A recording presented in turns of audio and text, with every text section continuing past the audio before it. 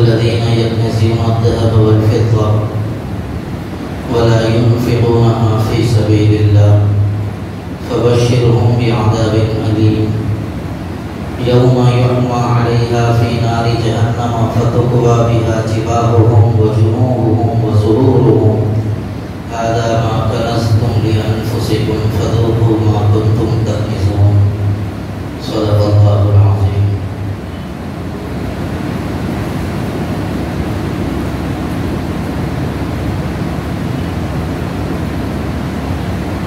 قابل قدر معزز بزرگوں، نوجوان دوستوں،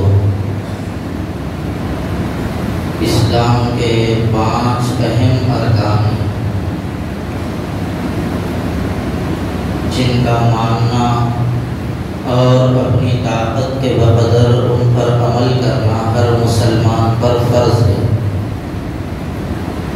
اگر کوئی ان ارکان میں سے کسی ایک رکن کا بھی انکار کرے گا تو مومن باقی نہیں رہے گا، کافر ہو جائے گا۔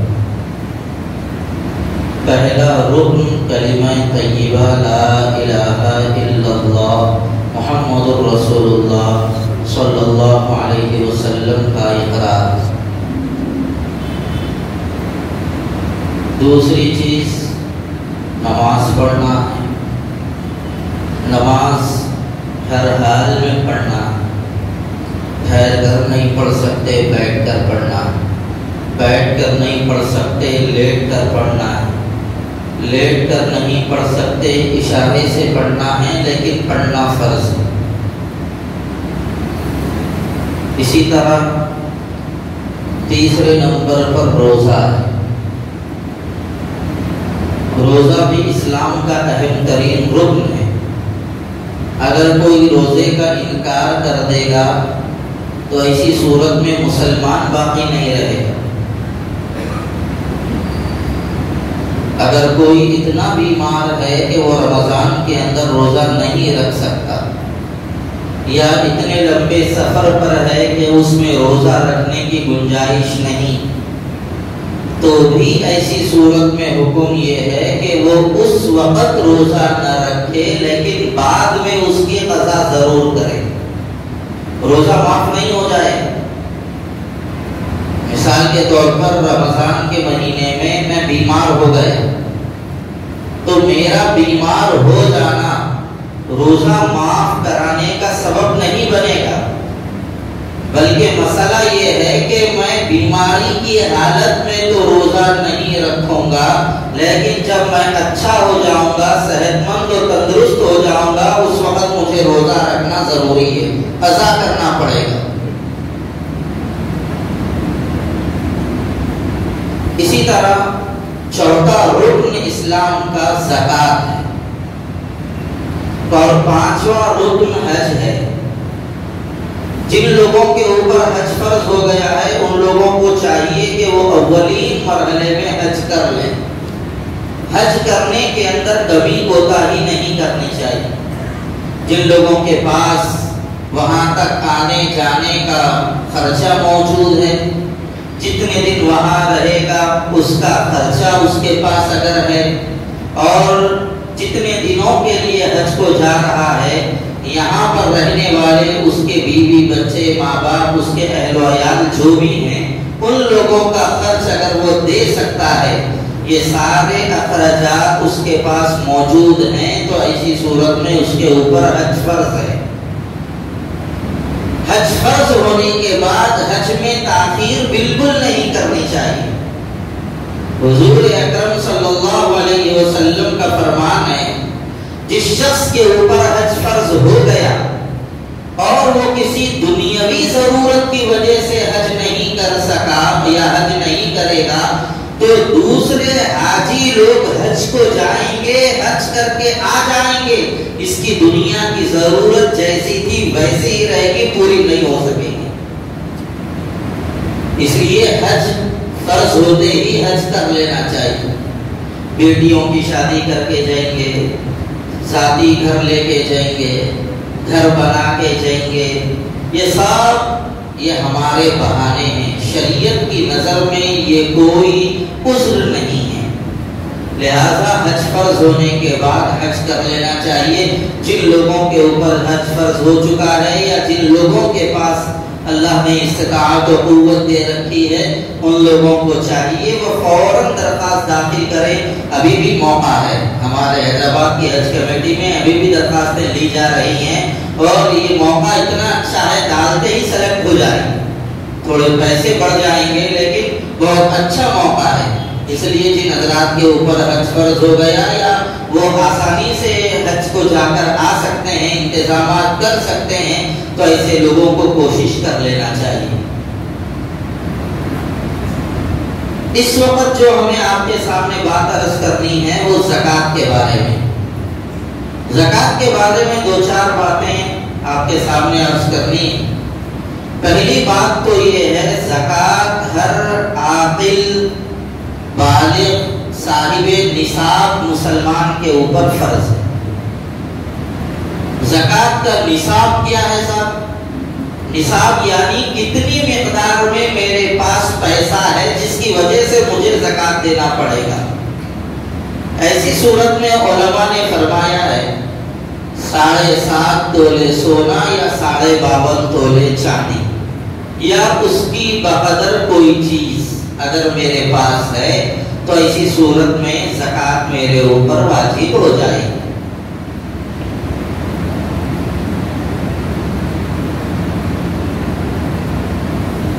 اب کسی کے پاس پورے 7.5 تولے سونا نہیں ہے, 52.5 تولہ چاندی پوری نہیں ہے,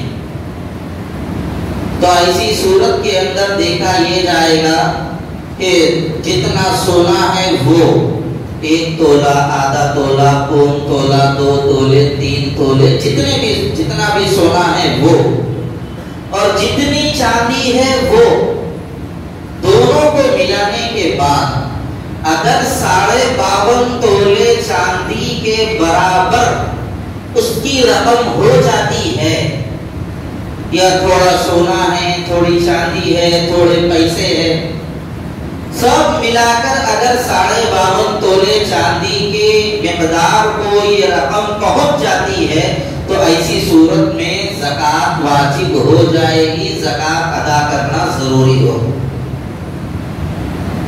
ہاں کسی کے پاس صرف سونا ہے, 1 روپیہ بھی نہیں ہے, مسئلہ ذہن میں رکھیے, بات اچھی طرح بتائیے, 1 روپیہ بھی نہیں ہے, 1 رتی چاندی بھی نہیں ہے, تو ایسی صورت میں 7.5 تولے سونا پورا ہونا ضروری. کسی کے پاس خالص چاندی ہے, 1 رتی سونا نہیں, 1 روپیہ نہیں, تو ایسی صورت کے اندر 52.5 تولے چاندی ہونا ضروری. تھوڑا چاندی, تھوڑا سونا, تھوڑا پیسہ اگر ہے تو سب کو ملایا جائے گا. سونے کے کتنے پیسے ہو رہے, چاندی کے کتنے پیسے ہو رہے, میرے پاس پیسے کتنے ہیں, سب ملانے کے بعد اگر اتنے پیسوں میں 52.5 تولے چاندی آ سکتی ہے تو اب ایسی صورت میں میرے اوپر زکوٰۃ واجب ہو جائے گی. مسئلہ سمجھ میں آ رہا ہے نا؟ بعض لوگوں کے ذہنوں میں یہی رہتا ہے, نہیں میرے پاس پورے 7.5 تولے سونا نہیں ہے, میرے پاس پورے 52.5 تولے چاندی نہیں ہے. یہ مسئلہ اکثر لوگ ذہن میں رکھتے ہیں, ایسی بات نہیں. زکوٰۃ دینے کے اندر غربا کا فائدہ دیکھا جائے گا, کون سی مقدار میں غریبوں کا فائدہ ہے, وہ مقدار کو معیار بنا کر زکوٰۃ نکالی جائے گی. اب ہم سونے کو اگر نصاب کا معیار بنائیں گے تو ایسی صورت میں کم سے کم 4.5 لاکھ روپے ہونا پڑے گا 7.5 تولے سونے کے لیے. اگر 50,000 روپئے سے بھی ہم مان لیں تو ایسی صورت کے اندر 4.5 لاکھ روپئے ہوں اور اس کے اوپر 1 سال گزر جائے تو زکوٰۃ ہوگی تو لمبا مسئلہ ہو جائے گا. اور 30,000 روپئے کے اندر 52.5 تولے چاندی آ جاتی ہے تو اگر یہ نصاب کا معیار بنا دیا جائے تو کسی کے پاس 30,000 روپئے بھی اگر ہیں تو وہ زکوٰۃ نکالنے کے قابل بن جائے گا اور کسی غریب کا بھلا ہو جائے گا. انفع للفقراء, فقراء کا جس میں زیادہ فائدہ ہو وہ دیکھا جائے. میرے پاس سونا ہے تو اب مجھے سونے کی زکوٰۃ نکالنا ہے تو میں زکوٰۃ کیسے نکالوں؟